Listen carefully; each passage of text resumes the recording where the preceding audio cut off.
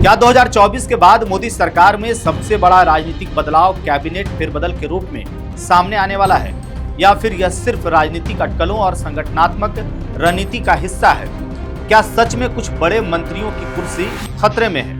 पूरी खबर क्या है, चलिए विस्तार से जानते हैं। नमस्कार, द हिंदी टॉप देख रहे हैं आप और मैं हूं आपके साथ जानिसार खान। इन दिनों केंद्र की राजनीति में सबसे बड़ी चर्चा कैबिनेट फेरबदल को लेकर के है।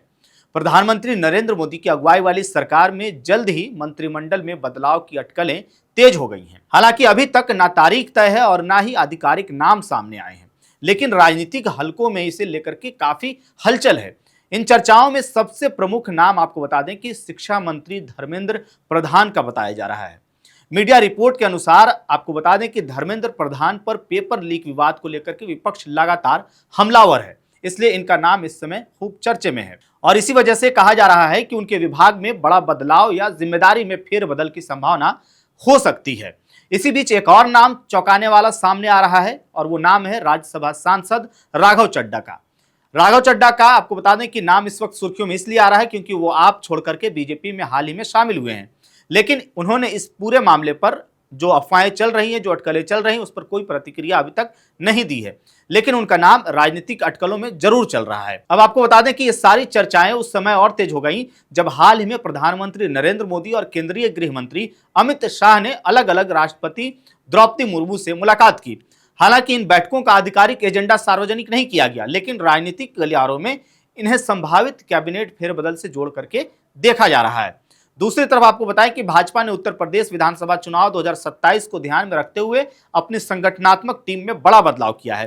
प्रदेश अध्यक्ष पंकज चौधरी की नई टीम में पदों का विस्तार किया गया है और कई नए चेहरों को भी जिम्मेदारी दी गई है।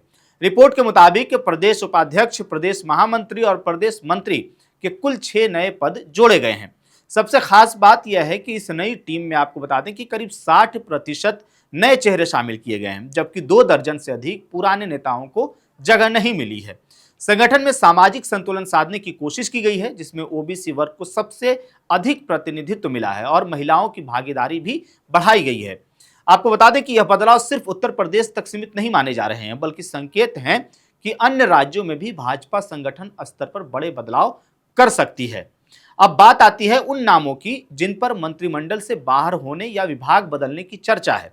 रिपोर्ट के अनुसार वित्त मंत्री निर्मला सीतारमण, सड़क परिवहन मंत्री नितिन गडकरी और हरियाणा के पूर्व मुख्यमंत्री मनोहर लाल खट्टर जैसे वरिष्ठ नेताओं के विभागों में भी बदलाव की संभावना जताई जा रही है। वहीं कुछ नए चेहरों को केंद्र में जगह दिए जाने की भी चर्चा है, जिसमें महाराष्ट्र से श्रीकांत शिंदे का नाम सामने आ रहा है, जिन्हें बड़ी जिम्मेदारी मिल सकती है। इसके अलावा बिहार के पूर्व मुख्यमंत्री नीतीश कुमार और टीएमसी छोड़ करके आए सुखेंदु शेखर रे जैसे नाम भी राजनीतिक अटकलों में शामिल हैं।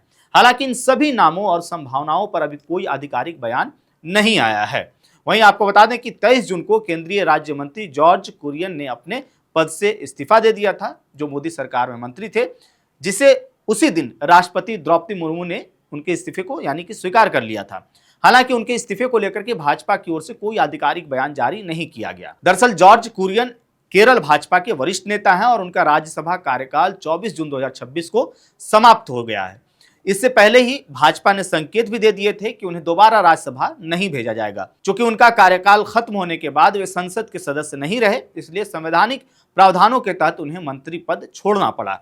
बता दें कि जॉर्ज कुरियन ने 9 जून 2024 को मोदी सरकार के 3.0 में केंद्रीय राज्य मंत्री के रूप में शपथ ली थी। इसके बाद 11 जून को उन्हें अल्पसंख्यक कार्य मंत्रालय तथा मत्स्य पालन, पशुपालन और डेयरी मंत्रालय में राज्य मंत्री का दायित्व सौंपा गया था। अगर उनके राजनीतिक सफर की बात करें तो 65 वर्षीय जॉर्ज कुरियन भारतीय जनता पार्टी के पुराने और अनुभवी नेताओं में गिने जाते हैं। वे 1980 में भाजपा के स्थापना के समय से ही पार्टी से जुड़े हुए हैं और संगठन में कई महत्वपूर्ण जिम्मेदारियां निभा चुके हैं। खासतौर पर केरल में पार्टी के विस्तार और ईसाई समुदाय तक भाजपा की पहुंच बढ़ाने में उनकी अहम भूमिका मानी जाती है।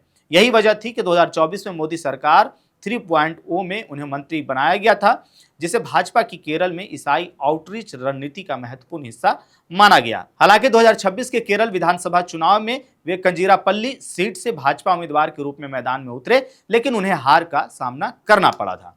वहीं मोदी सरकार के कैबिनेट में फेरबदल की खबरों के बीच अब बड़ा सवाल यही है कि क्या यह सब सिर्फ राजनीतिक अटकलें हैं या वाकई मोदी सरकार एक बड़े कैबिनेट फिर बदल के ओर बढ़ रही है? और अगर बदलाव होता है तो क्या यह 2027 और आने वाले राजनीतिक समीकरणों को बदल देगा? इस पूरी खबर पर आपकी क्या राय है? आप क्या सोचते हैं? अपनी राय कमेंट बॉक्स में हमें जरूर बताइएगा। मेरा नाम है जानिसार खान, आप देख रहे हैं द हिंदी टॉप। वीडियो अच्छा लगे तो चैनल को सब्सक्राइब कीजिए और हमें इंस्टा, फेसबुक और एक्स पर भी फॉलो कीजिएगा।